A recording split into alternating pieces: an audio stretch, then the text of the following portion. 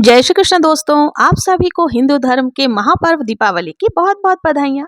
आज की वीडियो में हम जानेंगे कि यम का दीपक कैसे जलाया जाता है, इस दीपक को किस दिशा में रखते हैं, कहाँ पर हमें इसे रखना है, कौन इसे जलाता है, कब इसे जलाते हैं और बाद में हमें इसका क्या करना होता है। यानी यम के दीपक से संबंधित सारी जानकारी आपको आज की इस वीडियो में मिलेगी।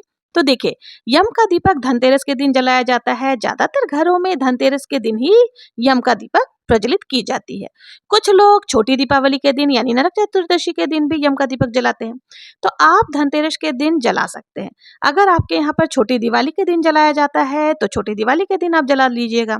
देखिए, आप अपने रिचुअल्स के अनुसार, अपनी परंपरा के अनुसार ही ये कार्य करें। यम का दीपक जो होता है, इसको बड़ा दीपक भी बोला जाता है और आपको भी पता होगा कि धनतेरस के दिन एक बड़ा दीपक प्रज्वलित की जाती है जिसको यम का दीपक कहते हैं। तो देखिए, धनतेरस के दिन शाम के समय हमें यह दीपक जलाना होता है।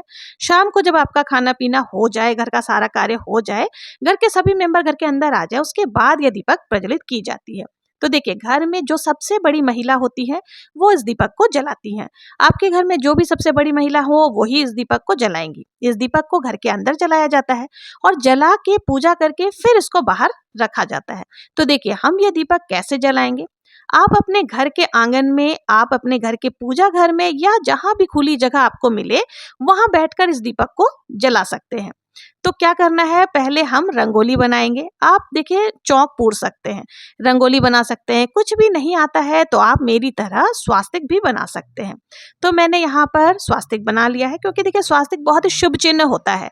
तो मैंने यहाँ पर स्वास्तिक बनाया है, आटे से स्वास्तिक बनाया है। आप आटे से बना सकते हैं, आप चाहे तो हल्दी से बना सकते हैं या रंगोली के जो कलर्स आते हैं ना, रंग आते हैं, उनसे भी आप स्वास्तिक बना सकते हैं।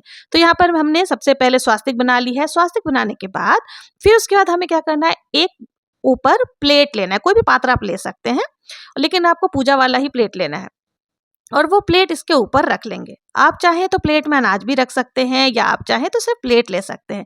मैंने यहाँ पर प्लेट ले ली है। उसके ऊपर देखिए, आप स्वास्तिक तो हमने पहले से ही बना लिया था, उसके ऊपर थोड़े से अक्षत का आसन हमें दे देना है और फिर हम एक बड़ा दीपक जो लेकर के लिए, तो आपको वो दीपक ले लेना है।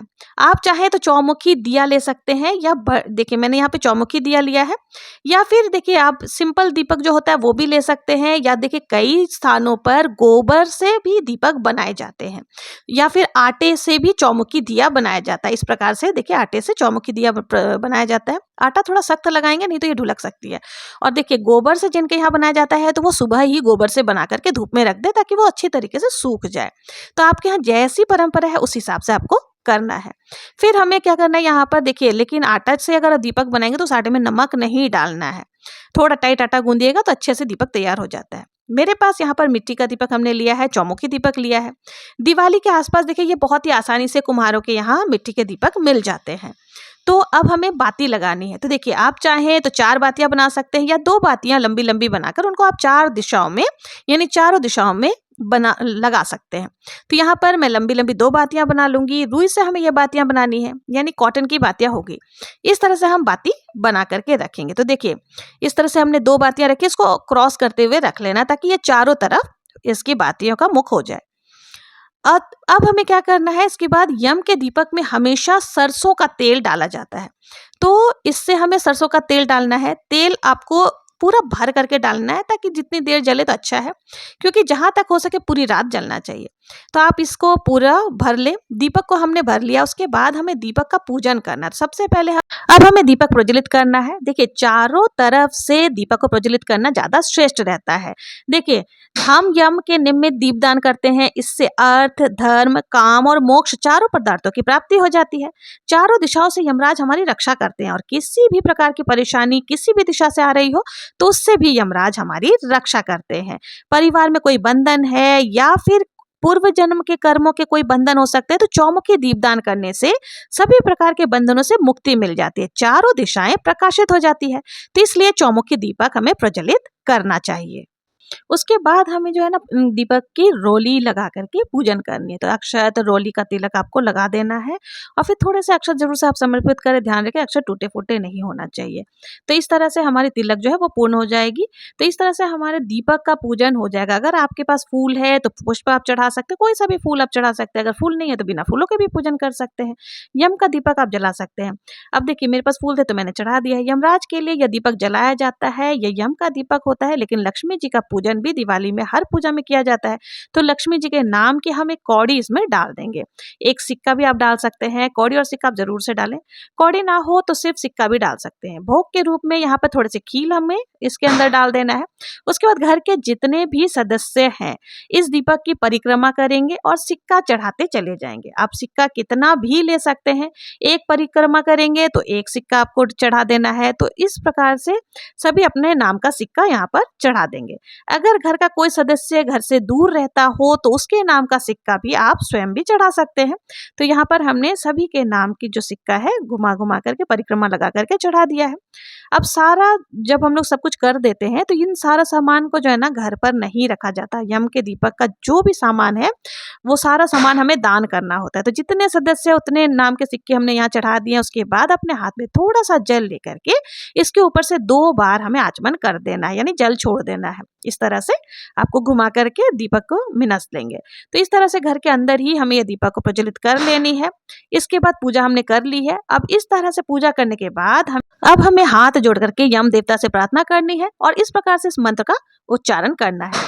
मृत्यु न पाशय दंडाभ्यम कालेन श्यामायाशः त्रयोदशायाम दीपदानात् सूर्यज प्रियताम मम। आप चाहे तो मंत्र बोल सकते हैं।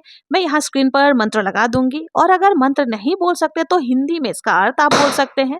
जैसे कि धन त्रयोदशी पर यह दीप मैं सूर्यपुत्र को अर्थात यम देवता को अर्पित करती हूँ। मृत्यु के पास से वे मुझे मुक्त करे, मेरे परिवार की रक्षा करे और सदैव मेरे परिवार का कल्याण करे। इस प्रकार से मानसिक रूप से प्रार्थना कर लीजिए और थोड़े से खील बताशे वहां पर जो भी है वो अवश्य आपको अर्पित कर देना है। और पुष्प आदि से पहले ही हम लोगों ने पूजन कर ली है। तो यम दीपदान इसी प्रकार से करना है, कर ली है। अब इस तरह से पूजा करने के बाद हमें ये जो सिक्के हैं इनको यहीं रखा रहने देना है, इन्हें हमें बाद में दान करना है। तो ये जो दीपक है इसको उठा करके हमें घर के बाहर जहां भी आपको प्रज्वलित करना है वहां पर आप सभी सदस्य इनको प्रणाम जरूर से कर लें और उसके बाद घर से बाहर हमें इसको लेकर के जाना है। देखिए आपका मेन गेट जो है या मुख्य द्वार जो है दक्षिण की तरफ में आपको मुख करके वहां पर ये दीपक को आपको रख देना है। और देखिए जब दीपक आप रखेंगे ना तो वहां पर भी आपको थोड़ा सा अक्षत का आसन जरूर से देना है। पहले के समय में क्या होता था कि घर के बाहर थोड़ा सा घर से दूर जा करके दीपक को प्रज्वलित की जाती थी। लेकिन अभी क्या है सभी फ्लैट में रहते हैं या फिर आप लोगों के घर के सामने जगह नहीं है, खाली प्लॉट नहीं है, तो कोई दिक्कत नहीं है। आप अपने घर के मुख्य द्वार पर जाएं और मुख्य द्वार के बाहर की तरफ दक्षिण की तरफ आपको मुख कर लेना है और दक्षिण दिशा की तरफ ही आपको इस दीपक को प्रज्वलित करनी है। तो इस तरह से जो है यम का दीपक हमें दान कर देना है। दीपक को आपको प्रज्वलित करने के बाद ज्यादा देर देखना नहीं है। आप सीधे अपने घर के अंदर आ जाएं और देखिए पलट करके ना देखें। फिर जिस आटे से आपने चौक पूरा था उस आटे को आप इकट्ठा कर ले, चीटियों को आप डाल सकते हैं और जो भी हमने सिक्का आदि लिया था वो हमें सुबह के समय दान करना होता है। इस तरह से यम का जो दीपक है ना जलाया जाता है। यम का दीपक जलाने के बाद आपको इस दीपक को दोबारा नहीं देखना होता है। दीपक में तेल वगैरह दोबारा नहीं डालना है, इसको संभालना भी नहीं है। इस दीपक को देखा नहीं जाता है, देखने की कोशिश भी नहीं करना चाहिए। घर के सदस्य जब सब लोग अंदर चले जाए तभी ये दीपक को बाहर निकाला जाता है। लेकिन किसी कारण से घर का कोई सदस्य बाहर है, बाद में आते हैं, तो उनसे भी आपको बता देना है कि इस दीपक की तरफ हो सके तो ना देखें। इस दीपक को देखना शुभ नहीं माना जाता है। अब आइए जान लेते हैं कि दीपक का हमें क्या करना है। अब देखिए हमने यम के निमित्त दीपदान किया है तो इस दीपक को दोबारा घर के अंदर नहीं लाया जाता है। दीपक के अंदर अगर आपने सिक्का आदि डाला है तो उसको आपको थोड़ा और जो भी सिक्के हमने अंदर भी रखे थे सामग्री के साथ में उनको मिला करके किसी भी सफाई कर्मचारी आदि को आप दान स्वरूप दे सकते हैं। और जो हमने आटा डाल से स्वास्तिक आदि बनाई थी उसे आप चिड़िया को डाल सकते हैं। और देखिए वो जो दीपक हमने बाहर प्रज्वलित की थी उसकी जो बची हुई बातियां आदि है सभी को आपको विसर्जन कर देना। आप चाहे तो जल विसर्जन कर सकते हैं, नहीं तो भूमि विसर्जन भी कर सकते हैं। तो ये इस तरह से जो है हमें दीपदान करना है। आप लोगों को समझ में आ गया होगा कि किस प्रकार से हमें दीपदान करना है। अगर आप लोगों को ये वीडियो जरा भी यूजफुल लगी हो, हेल्पफुल लगी हो, पसंद आई हो तो प्लीज अगर मेरे चैनल को अभी तक सब्सक्राइब नहीं किया है तो सब्सक्राइब करें, लाइक करें, ज्यादा से ज्यादा शेयर जरूर से करें। मिलते हैं नेक्स्ट वीडियो में किसी और पूजा विधि के साथ। तब तक के लिए जय श्री कृष्णा, जय माँ लक्ष्मी।